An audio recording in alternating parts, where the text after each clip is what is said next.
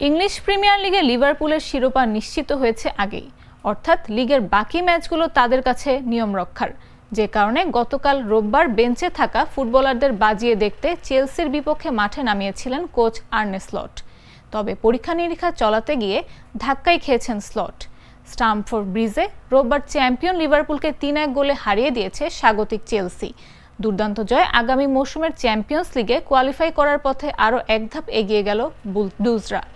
League টেবিলে এখন পঞ্চম স্থানে আছে চেলসি। ম্যাচে চেলসির পক্ষে প্রথমার্ধে ১ গোল করেন এনজো ফার্নান্দেস। তৃতীয় মিনিটে কোল পালমার পাস দেন পেদ্রো নেতোকে, যিনি কাটব্যাক করে বল বাড়ান এবং সেটি খুঁজে নেন একদম ফাঁকায় থাকা ফার্নান্দেসকে।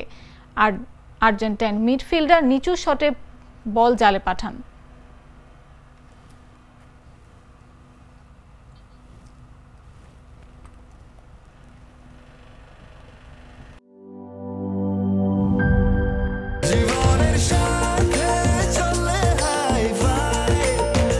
স্বাস্থ্যকর অল টাইম ফ্যামিলি কেক, সব সময় অল টাইম হেলদি লাইফ।